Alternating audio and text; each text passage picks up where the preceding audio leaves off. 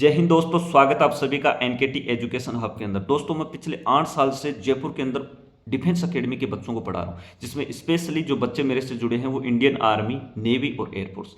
जब मैं offline classroom में पढ़ाता हूँ तो मैं बच्चों को देखता हूँ कि वो 3 ऐसी मेजर गलतियां कर जाते हैं जो एग्जाम के पास में उनको नहीं करनी चाहिए, जिसकी वजह से उनका पेपर पूरा का पूरा खराब चला जाता है। तो मैं इस वीडियो में आपको बताऊंगा कि आपको वो 3 मेजर गलतियां कौन सी नहीं करनी है, ताकि आप बहुत कम समय के अंदर भी एग्जाम के अंदर बहुत अच्छा स्कोर कर पाएं। अच्छी स्ट्रेटेजी, अच्छी रणनीति के साथ में अगर मैदान में उतरोगे तो निश्चित तौर पे पेपर को फाड़ के आओगे। तो पहली जो गलती आपको नहीं करनी वो ये है कि बिना सिलेबस समझे पढ़ना नहीं है। आपने सिलेबस पढ़ाई समझा ही नहीं है और आप उसको लगे पड़े हो। ठीक है गुरुजी की यूट्यूब पे क्लास आई, टॉप 500 एमसीक्यू की देख लिया।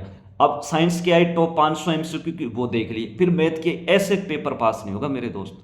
सिलेबस को बिना सोचे समझे आपको पढ़ना ही नहीं। जब आपको पता है कि रीजनिंग के आपके 5 ही क्वेश्चन आने हैं और इन टॉपिक में से आने हैं, कोडिंग डिकोडिंग का आना है, नंबर सीरीज का आना है, डायरेक्शन टेस्ट का आना है, एनालॉजी से आना है, तो आपको कैलेंडर के अंदर घुसने की जरूरत कहाँ है मेरे दोस्त। अगर बाई चांस कैलेंडर से क्वेश्चन आ भी गया, सर पिछली बार आया था क्या, पिछली बार आया है सर, हैं तो कई सस्पेंस में है। तो अगर आपको यह देखना है कि पिछली बार कौन से टॉपिक से आया था, कौन से नहीं आया था, तो इंडियन आर्मी की ऑफिशियल वेबसाइट पे पेपर डाल रखे, आप वहां पे पेपर के अंदर एनालिसिस कीजिए मेरे दोस्त पहले कि रीजनिंग के यार 5 टॉपिक दे रखे हैं, क्या उन्हीं 5 टॉपिक से बार बार क्वेश्चन पूछे जा रहे हैं या फिर कोई अलग आ रहा है। तो जहां तक मैंने देखा है, कम से कम 10-12 पेपर मैंने खुद ने देखे हैं, सोल्व किए हैं। मेरे को उन 5 चैप्टर में से ही प्रश्न मिले जो एक्चुअल में इंडियन आर्मी की ऑफिशियल वेबसाइट के सिलेबस में डाले गए हैं। तो आपको सिलेबस के अकॉर्डिंग पढ़ना है, बिना सोचे समझे सिलेबस को छेड़ना ही नहीं।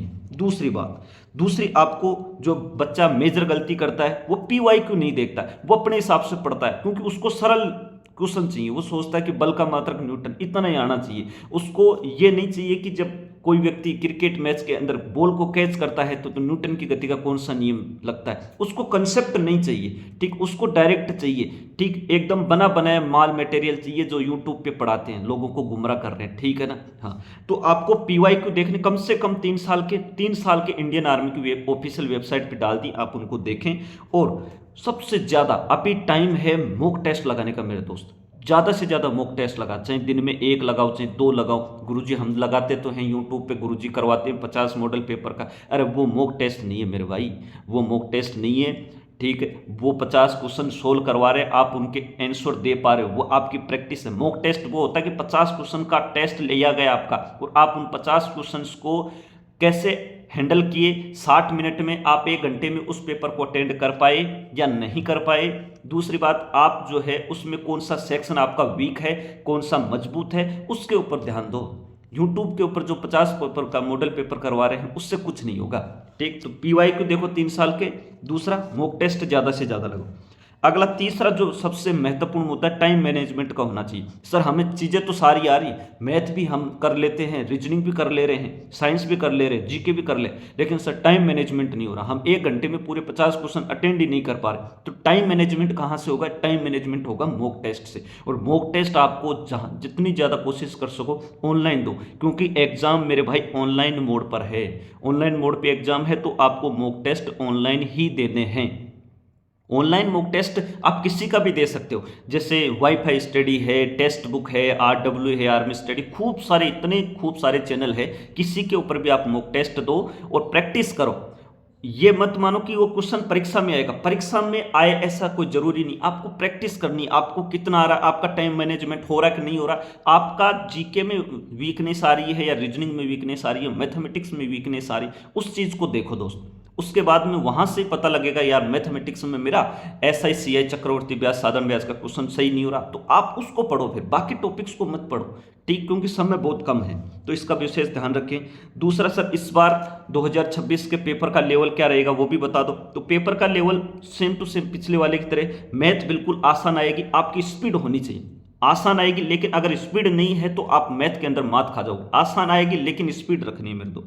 जीके जीएस एकदम डायरेक्ट फैक्चुअल क्वेश्चन आएंगे। सीधा क्वेश्चन आएगा, विद्युत शक्ति का मात्रक क्या है, ठीक, विद्युत ऊर्जा का मात्रक क्या है, सीधे फैक्चुअल क्वेश्चन पूछे जाएंगे। और स्पेशली जीके के अंदर थोड़ा सा ध्यान रखें आप कि जीके के अंदर करंट के भी क्वेश्चन आप थोड़े से इंक्लूड करो। करंट के अंदर सर क्या पढ़े, वर्तमान में कौन क्या है, इतना ये तो आपको थोड़ा बहुत पता होना चाहिए। भारत ने अभी हाल ही में कौन सी मिसाइल लॉन्च करी है, इंडियन नेवी ने कौन सी की है, इन थोड़ी चीज़ों के बारे में करंट के अंदर अपन अपडेट रहेंगे। जैसे वर्तमान में भारत का महाधिवक्ता कौन है, वर्तमान में भारत के जो राष्ट्रपति हैं कौन से क्रम के हैं, नए उपराष्ट्रपति जो बने हैं वो कौन है, ये सब बातें आपको बिल्कुल जीएस में पता होना चाहिए। पेपर मुश्किल नहीं होता मेरे दोस्त, कंपटीशन मुश्किल होता है, ठीक है ना। पेपर तो अपने अकॉर्डिंग आएगा नहीं, अपन पेपर के अकॉर्डिंग चीज़ों को हैंडल करेंगे, ठीक है। तो आपको स्मार्ट स्टडी करनी है, ठीक। और एक बात और आपको बता दूं, अभी आपको 60% टाइम अपना पीवाईक्यू और मॉक टेस्ट में देना है।